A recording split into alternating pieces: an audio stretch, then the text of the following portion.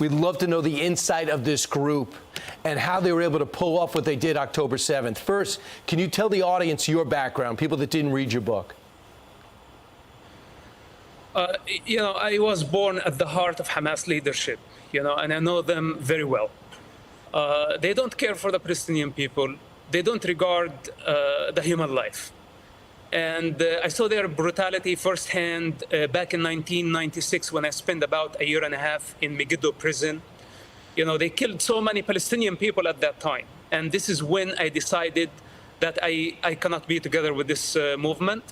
In fact, I asked myself a question: what if they become a ruling party at some point? What will they do? If they succeed in destroying Israel and building their state, what will they do? They will kill our people. And this was the first question, that actually I had to be honest with myself. Even though Hamas gave me advantages, I was like a prince in that world, but I did not like them, and I turned against even my own blood, because this is how much I did not like Hamas. And today, 25 years later, they are the rulers of Gaza, and we see what they are capable of doing.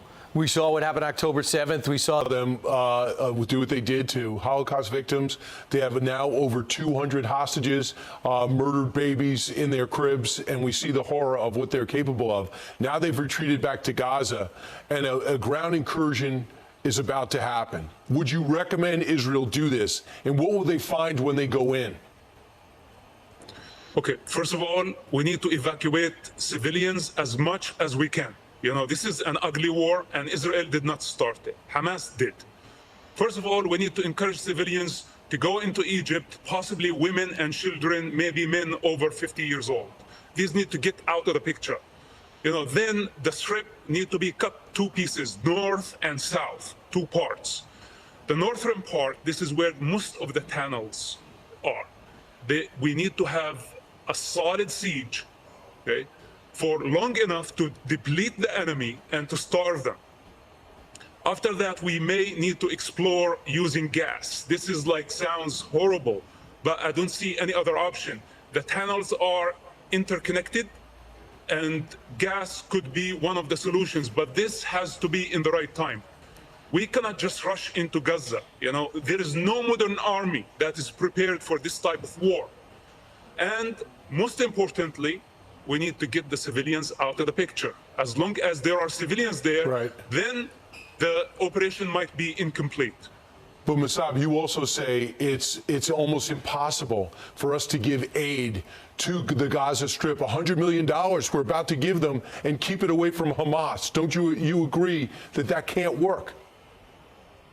Look, after we destroy the tunnels, we need to finish Hamas rule in Gaza Strip. This is priority number one. Then we need to replace the regime. Could be the Palestinian Authority, could be the Egyptian government, could be Arab League force. We need to replace their rule in Gaza. After that, we can talk about aid. But as of now, sending any aid is a mistake. So you also believe that this isn't about the Palestinians fighting for their rights and their sovereignty. What is the real mission of Hamas, and what do they really think of the Palestinian people? Hamas is not a national movement. Hamas is a religious movement with a goal to establish an Islamic state. They don't care for nationalism. Actually, they are against nationalism. With that said, my understanding that they are using the Palestinian cause only to achieve their goals, so the long-term goal, transforming the Middle East and the world into an Islamic state. This is Hamas agendas, and they are not hidden, by the way. So Hamas is serving foreign agendas. We're talking about Iran, and we're talking about Russia lately. Hamas serve those parties, and Iran pays them close to $1 billion annually. Iran is the real master in this picture. Hamas does not serve the Palestinian people. Hamas serve Iran. Those are the masters of Hamas. So their lie about nationalism, that they are a national movement and they care for the Palestinian people. Look at them. They are using Palestinian people as a human shield. We need to free Gaza from Hamas. This is what Israel is doing. It's doing the Palestinian people the greatest favor by bringing Hamas down.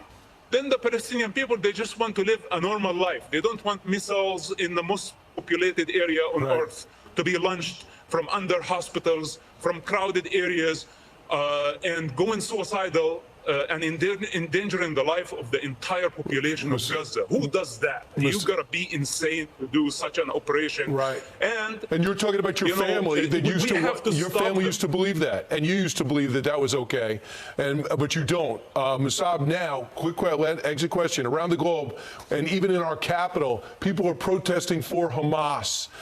They're saying for the Israel to back off and stop with the airstrikes. Well, what do you say to those protesters? What is about their mindset? Okay, listen, I cannot convince the entire world of truth.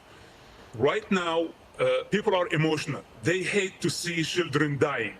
Even though, Hamas is killing the people at the hospital and we have evidence of that, but they still blame Israel. People can blame whoever they want. But now we have to concentrate. We have to focus. Public opinion is very important, but unfortunately, it's not the time to win the public opinion. It's the time to win the war against the most brutal terrorist organization living today. And later on, when people look back at the situation, they will understand what we were doing. We should not be afraid of the public opinion. We have to explain as much as we can. And you're doing but that. Now we have to concentrate on our goals. And Musab, that's why your perspective is so vital and you're unique. You grew up in a Hamas family, you just broke from it, and now you're speaking to stop it. Musab Hassan Youssef, thanks so much for what you're doing. Appreciate it. Thank you, Brian.